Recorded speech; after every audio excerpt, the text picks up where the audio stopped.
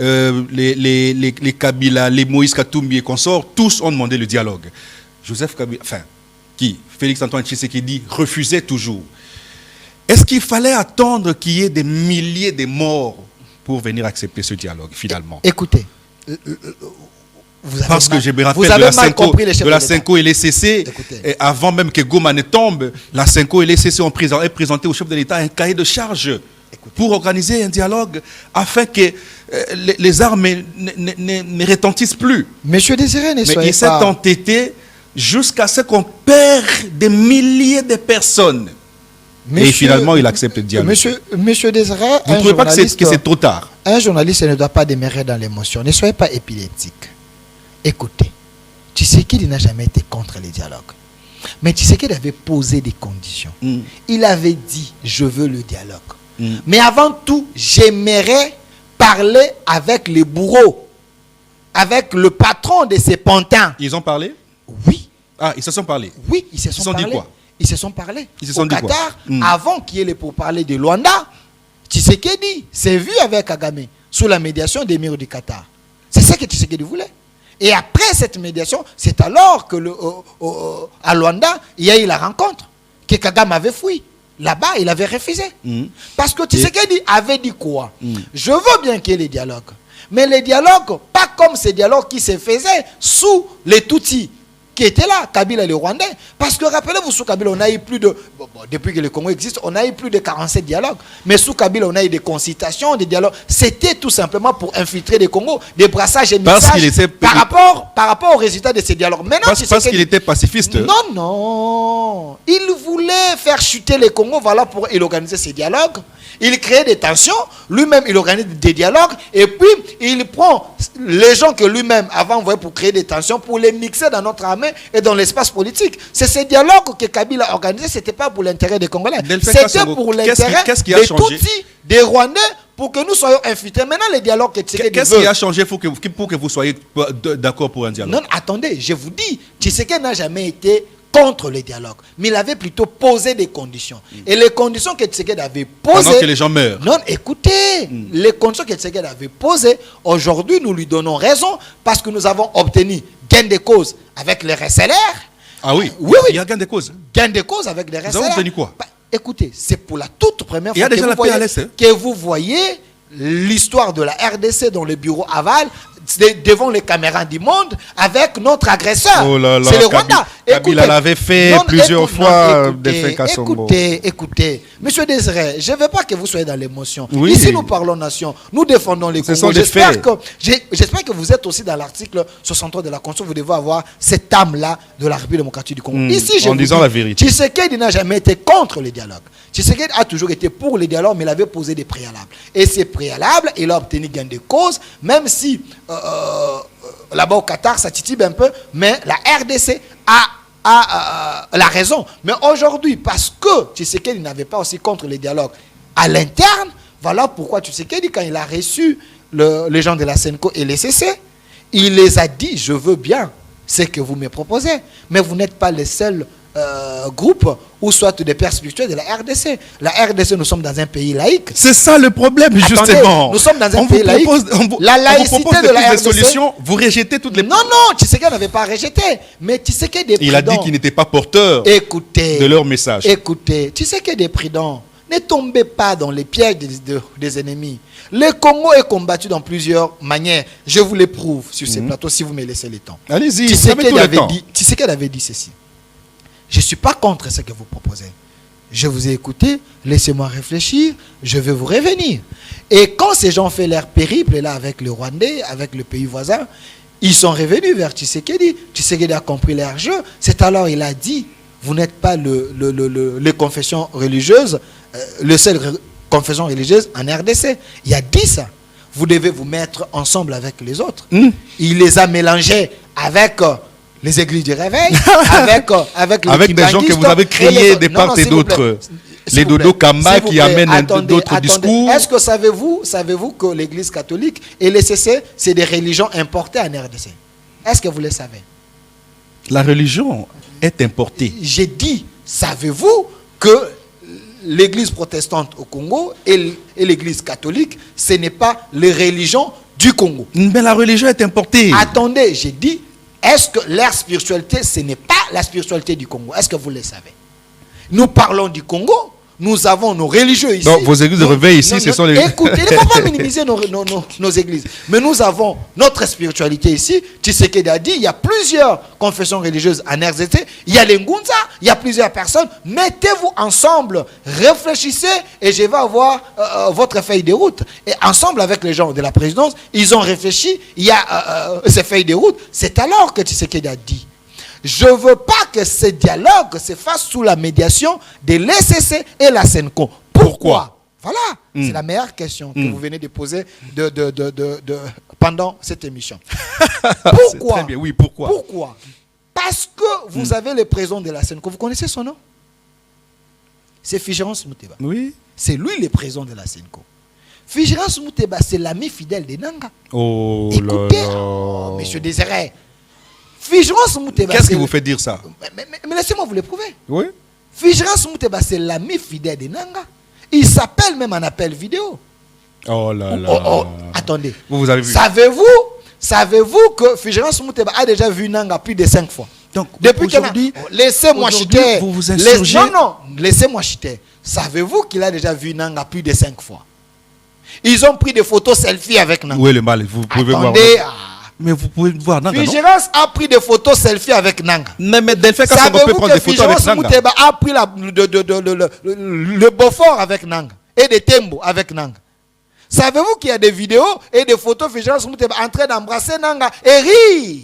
Ce sont des Congolais. Et les féliciter, l'encourager pour avoir tué des Congolais? Ce sont des Congolais. Oh là là. Non, mais je vous dis, parce que quand vous avez un soi-disant prêtre, il bénit les tueurs, c'est lui qui tue des Congolais.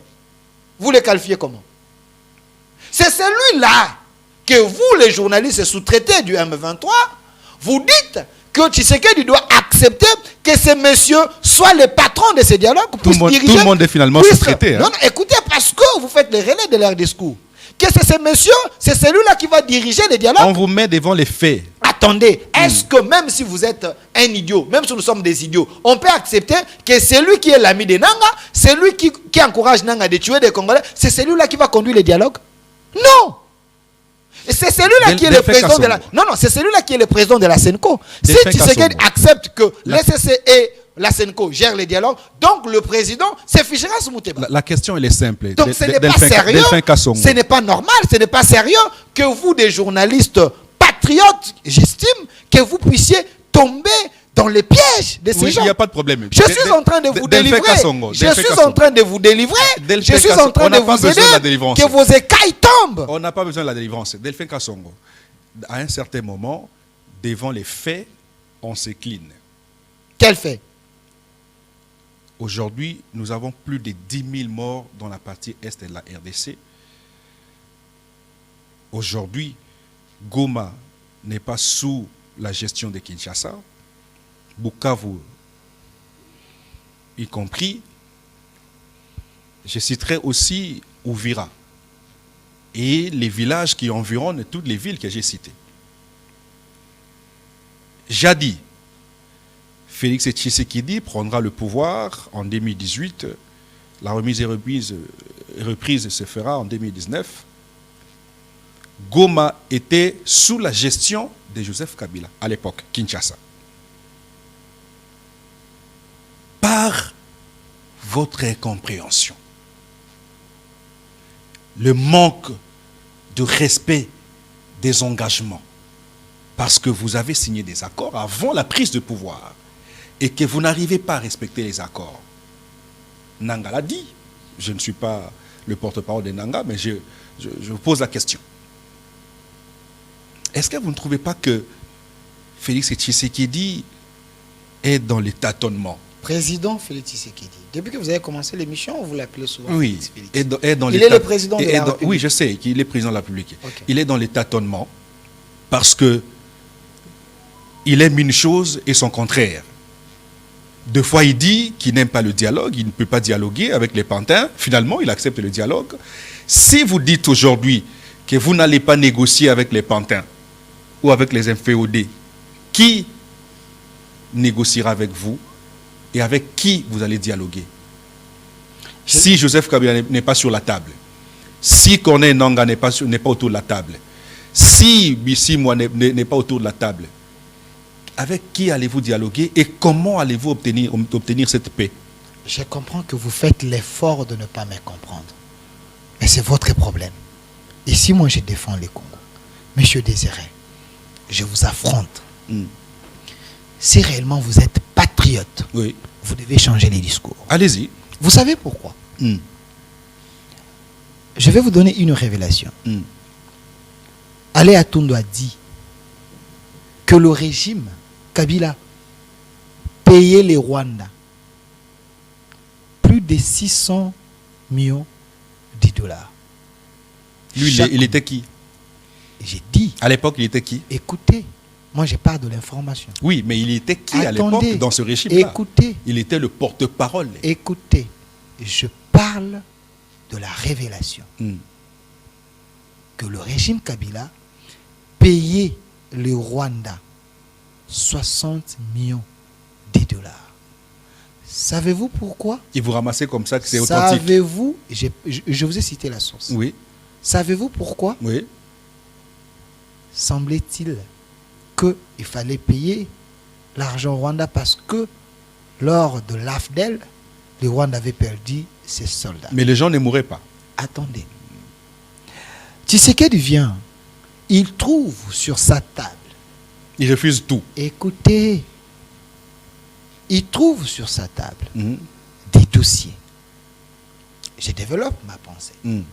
Des dossiers. On lui dit, si vous voulez que vous soyez en paix, vous devez commencer à payer l'Ouganda, vous devez commencer à payer le Rwanda. Oh, c'est l'Ouganda qui nous paye. Laissez-moi terminer. Oui, ici, je parle comme politique. D'accord.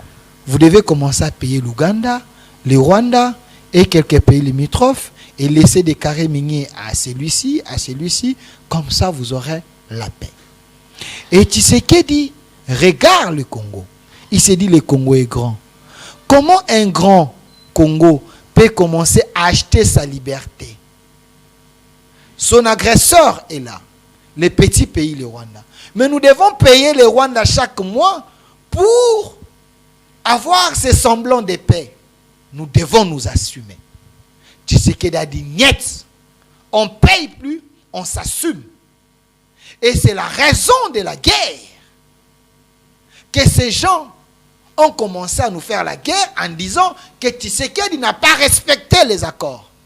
Est-ce qu'il fallait accepter les accords que je commence à te payer pour que tu ne me tues pas? Ça, c'est pas normal. Si Tshisekedi a refusé ces genres d'accords, vous, des Congolais de bonne qualité, vous devez les soutenir. Quels sont les acteurs du dialogue? Non, attendez, vous me parlez des acteurs du dialogue. Oui. Vous dites, pour vous, l'inclusivité de ces dialogues, il faut prendre ces seigneurs de guerre, les mettre autour d'une table. Mais ce sont ceux-là le problème. Attendez, donc pour vous, vous êtes dans la logique de Nangaa qui avait dit Tshisekedi veut qu'il y ait combien de morts pour qu'il accepte des dialogues. Donc, tout fistré congolais doit prendre les armes et tuer pour revenir à la table du dialogue. Donc, vous encouragez que les Congolais prennent des armes pour aller tuer négocier alors avec qui? Attendez. Vous encouragez les fistrés du Congo de prendre les armes pour aller tuer des Congolais. Alors, il n'y a pas les Bakongo qui sont fistrés.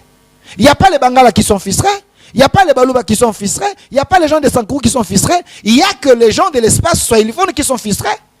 Les gens qui ont pris les armes depuis 1960 jusqu'à aujourd'hui, la majorité, c'est nos frères swahiliphones. Il n'y a que eux qui sont fistrés au Congo. Attendez, laissez-moi chiter.